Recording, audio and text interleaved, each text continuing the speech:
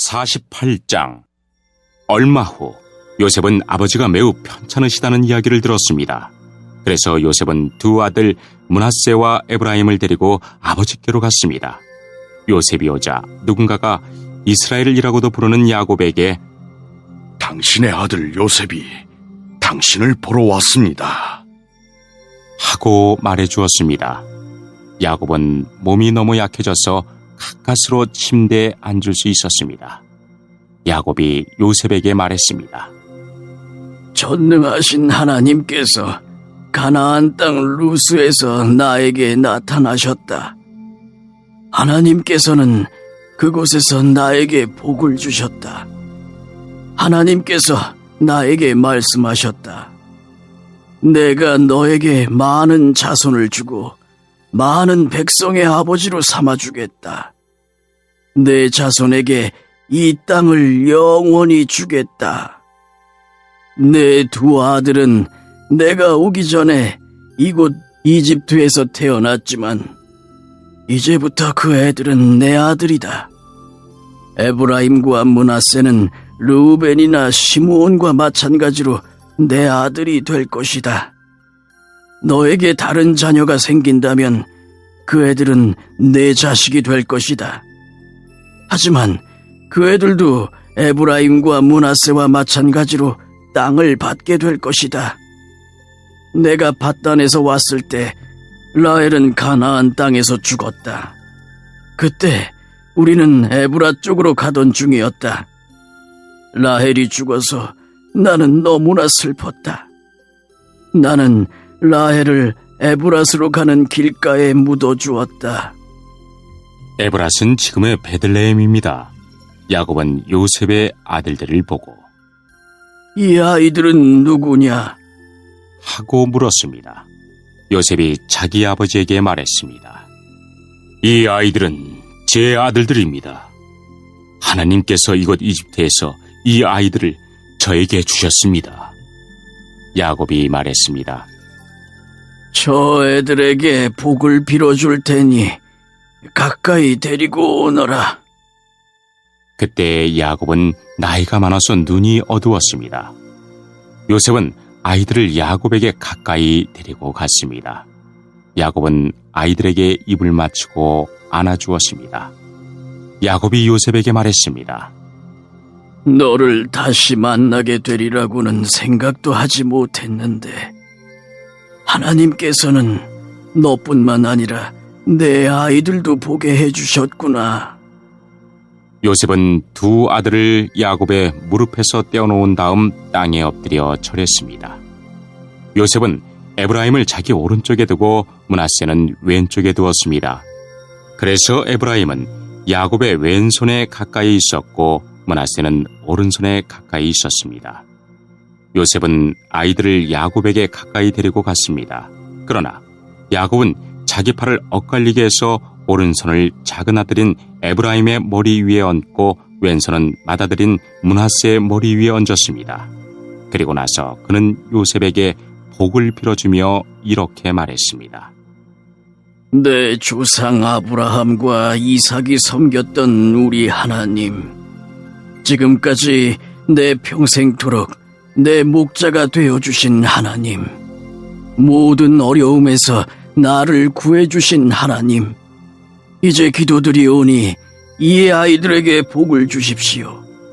제 이름이 이 아이들을 통해 알려지게 해주십시오. 제 조상 아브라함과 이삭의 이름이 이 아이들을 통해 알려지게 해주십시오. 이 아이들이 이 땅 위에서 많은 자손을 가지게 해주십시오. 요셉은 아버지가 오른손을 에브라임의 머리 위에 얹은 것이 잘못되었다고 생각했습니다. 그래서 요셉은 아버지의 손을 붙잡아 에브라임의 머리 위에서 므낫세의 머리 위로 옮기려 했습니다. 요셉이 아버지에게 말했습니다. 아버지, 손을 잘못 얹으셨습니다. 므낫세가 맏아들이니 오른손을 므낫세의 머리 위에 얹으셔야 합니다.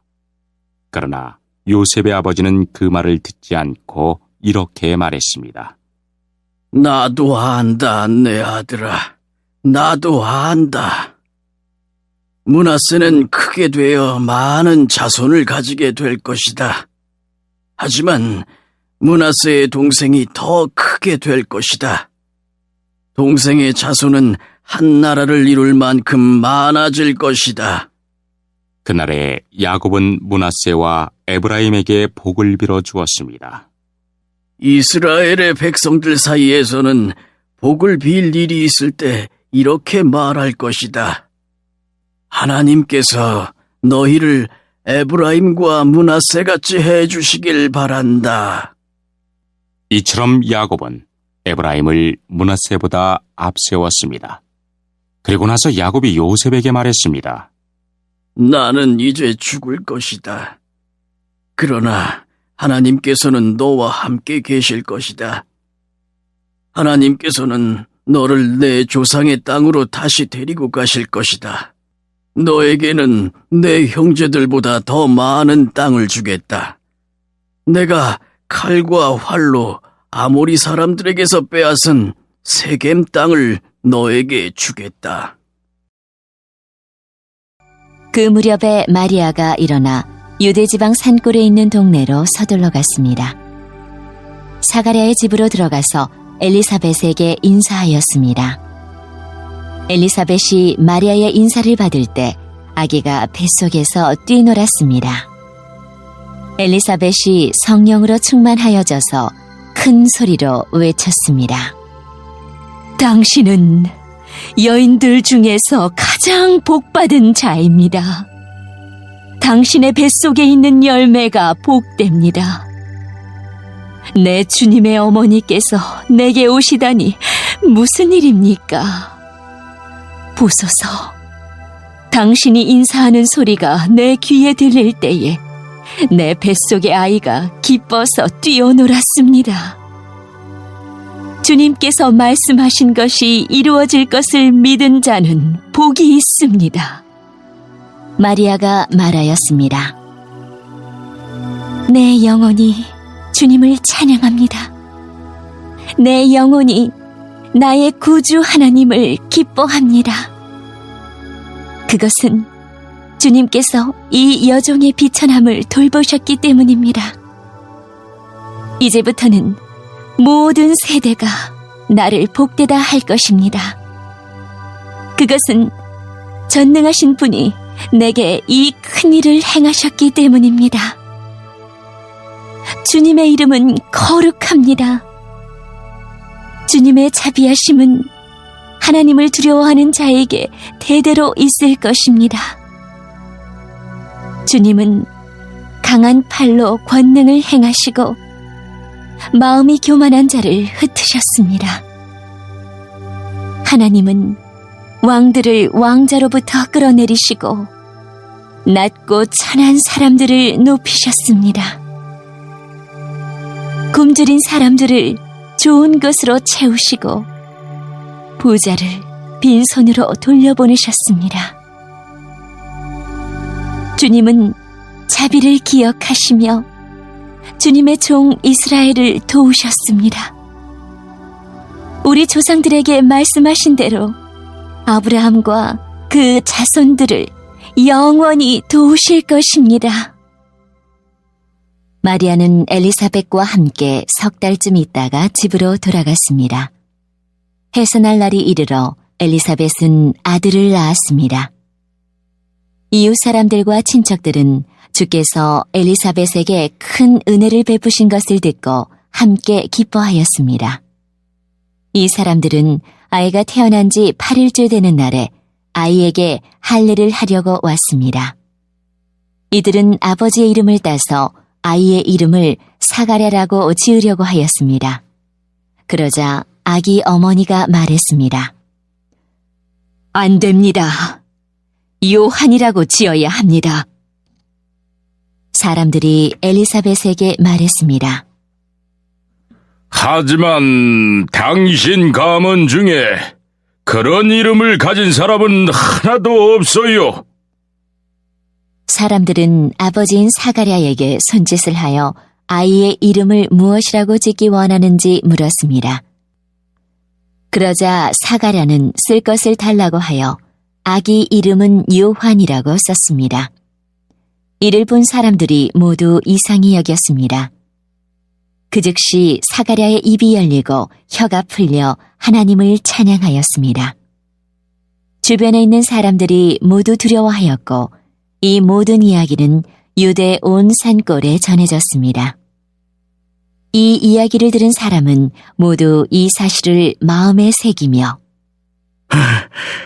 이 아이가 장차 어떤 인물이 될까? 하고 말했습니다. 그것은 주님의 손이 아이와 함께 하셨기 때문입니다. 요한의 아버지 사가랴가 성령으로 충만하여 예언하였습니다.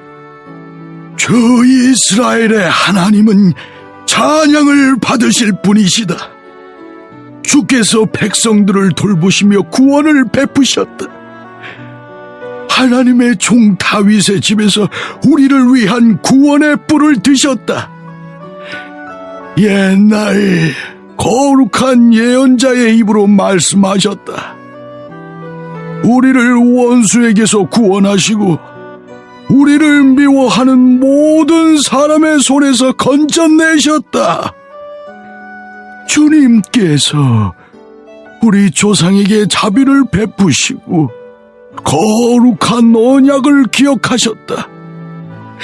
이것은 우리에게 주시려고 우리 조상 아브라함에게 하신 맹세다. 우리를 원수들의 손에서 구원하셔서 두려움 없이 주님을 섬기게 하셨고 평생 동안 주님 앞에서 거룩하고 의롭게 살아가게 하셨다. 아기야, 너는 가장 높으신 분의 예언자로 불릴 것이다.